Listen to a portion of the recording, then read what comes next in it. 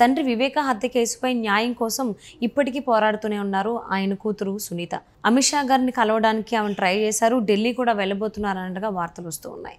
So మరి వెళ్ళి ఆవిడ ఏం చేయబోతున్నారు ఏంటి, ఈ అంశానికి సంబంధించి మనతో మాట్లాడడానికి, వారి విశ్లేషణని మనతో పంచుకోవడానికి ఈరోజు మనతో పాటు ఉన్నారు సీనియర్ జర్నలిస్ట్ దుర్గా కుమార్ గారు ఉన్నారు. వారితో మాట్లాడదాం. నమస్తే అండి. నమస్తే అమ్మ సౌజన్య, మన వీక్షకులు. అంటే సునీత గారు మళ్ళీ ఢిల్లీ పయనమవుతున్నారు, అమిత్ షా గారిని కలవబోతున్నారు తండ్రి వివేక గారి హత్య కేసుకు సంబంధించిన వార్తలు వస్తున్నాయి. సో ఆమె ఈసారి కేంద్ర మంత్రి అమిత్ షా గారిని కలిసి ఏం మాట్లాడాలనుకుంటున్నారు, అసలు ఏం చేయాలనుకుంటున్నారు, ఆవిడ కార్యాచరణ ఏంటి? అవునమ్మా సౌజన్య, ఇప్పుడు మీరు అన్నట్టు సునీత గారు ఇది హత్య జరిగి 5 సంవత్సరాలు అవుతుంది. ఆమె చెయ్యని ప్రయత్నం లేదు, ఆమె ఎల్లని ప్రదేశం అంటే ఢిల్లీలో ఎక్కని గడప దిగని గడప, ఎక్కడి కార్యాలయం అసలు లేదు. అవును, అన్ని న్యాయస్థానాల్లోనూ ఆమె చాలా కేసుల్లో ఇంప్లీట్ కూడా అయ్యారు తను పర్సనల్గా.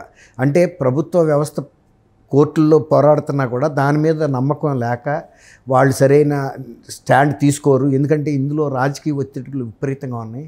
ఇది ఒక సంచలనాత్మకమైన హత్య కేసుగా దేశంలోనే గత 5 సంవత్సరాలుగా ఏ విధంగా కూడా పరిష్కారం నోచుకొని కేసుగా ఇది కొట్టుమిట్టాడుతుంది.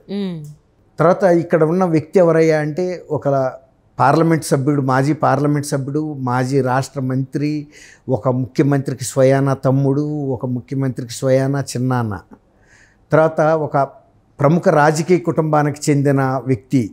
ఆ వ్యక్తిని చాలా ఘోరాతి ఘోరంగా హత్య చేసి, అంటే ఆయన్ని చిత్రహింసలు పెట్టి హత్య చేయటమే కాకుండా ఆ కేసుని తప్పుదావ పట్టించే విధంగా అది ఒక గుండెపోటుగా చిత్రించడానికి ప్రయత్నించారు. తర్వాత అది ప్రతిపక్షానికి చెందిన చంద్రబాబు నాయుడు గారు, ఆనాటి ముఖ్యమంత్రి, 2000 ఆ హత్య జరిగే 2019కి ముఖ్యమంత్రిగా ఉన్న చంద్రబాబు నాయుడు గారిని A1గా పెట్టారు. అందులో అంటే ఎవరు అప్పుడు ఆనాటి ప్రతిపక్ష నాయకుడు వివేకానంద రెడ్డి గారు అన్న కుమారుడైన జగన్మోహన్ రెడ్డి గారే చెప్పాడు. ఈ విధంగా 5 సంవత్సరాల నుంచి ఈ కేసు జాతీయ స్థాయిలోనూ సంచలనాత్మకంగా వార్తల్లో నిలుస్తుంది. తర్వాత 2 తెలుగు రాష్ట్రాల్లో చెప్పక్కర్లేదు. ఇక కడప జిల్లాలో అయితే ప్రజలందరూ కూడా దీని మీద వాళ్ళకి తెలుసు అస్సలు న్యాయం ఏంటి, ఎవరు చంపారనేది కడప జిల్లా ప్రజలకు తెలిసినంతగా ఇంకెవ్వరికి తెలియదు. పక్కాగా తెలుసు, పులివెందల ప్రాంత ప్రజలకి ఇంకా తెలుసు.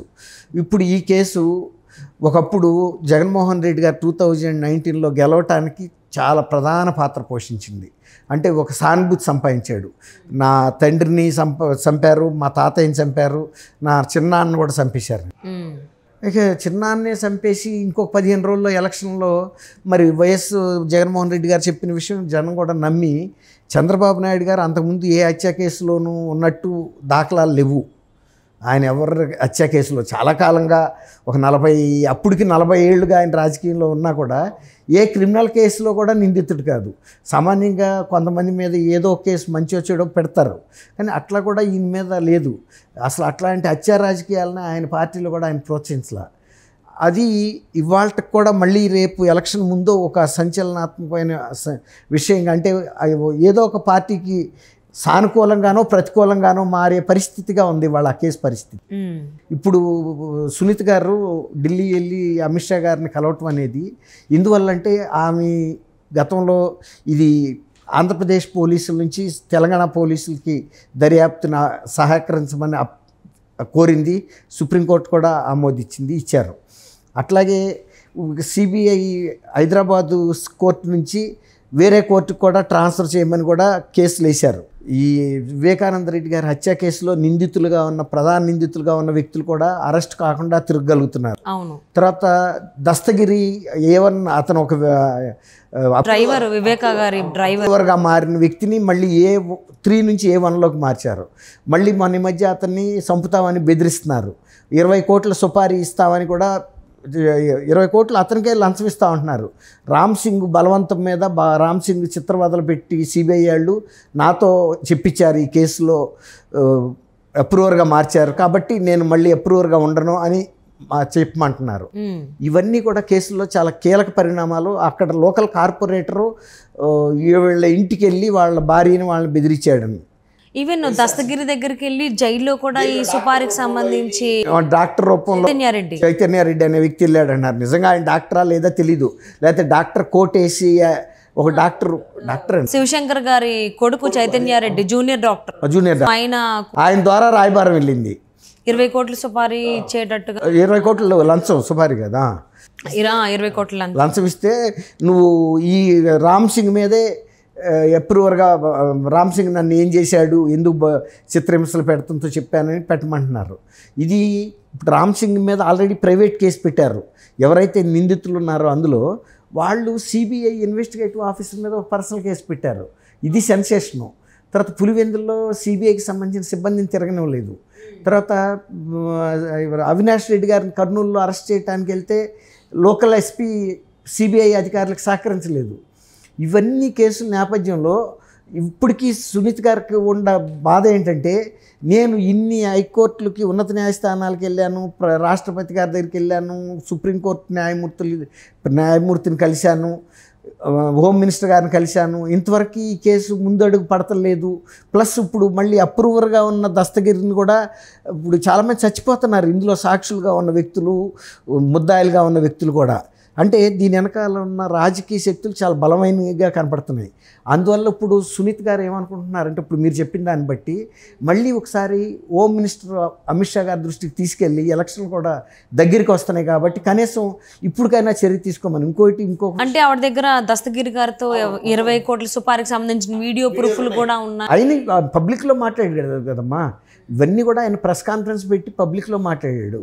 ఏమి రహస్యాలు ఇందులో ఏం లేదు. తర్వాత ఇంకొక గొప్ప విషయం ఏంటంటే, ఆ రోజున ఆయన్ని చంపటానికి ఇచ్చిన 40 కోట్లలో కొంత అమౌంట్ ముందు అడ్వాన్స్గా దస్తగిరికి ఇచ్చినప్పుడు క్యాష్ రూపంలో సిబిఐలు పట్టుకున్నారు. దస్తగిరి ఒక విల్లా కొనడానికి అడ్వాన్స్ ఇచ్చాడు. దస్తగిరికి మామూలుగా అంత ఆర్థిక పరిస్థితి లేదు. ఎవరైతే డబ్బులు ఇవ్వటం వలన అతనికి ఒక్కసారిగా సడన్గా ఆర్థిక పరిస్థితి వచ్చింది. ఇవన్నీ సర్కమ్స్టాన్షియల్ ఎవిడెన్సెస్ కూడా ప్రూవ్ అవుతున్నాయి. 40 కోట్ల సుపారీకి తగ్గట్టుగా తర్వాత ఇస్తామన్నారు. ఇప్పుడు నేను అనుకోవటం, ఇప్పుడు డాక్టర్ సునీత్ గారు రేపు కాన్స్టిట్యూషనల్ క్లబ్లో కూడా ఈ కేసుకి సంబంధించిన వివరాలని జాతీయ స్థాయి ప్రసార మాధ్యమాలతో ప్రెస్ మీట్ పెడతారనేది మనకి వచ్చిన సమాచారం. సో ఆమె ఏంటంటే జాతీయ స్థాయిలో కూడా దీన్ని ఫోకస్ చేయదలుచుకున్నారు. కనీసం ఈ ఎలక్షన్కి ముందు, ఇంకా 2 నెలలు ఉన్నాయి కదా, ఈ ఎలక్షన్కి ముందు ఈ కేసు మీద ఎంతో కొంత కథలకు రావాలి, అసలైన ముద్దాయిలు జైలుకి వెళ్ళాలనేది.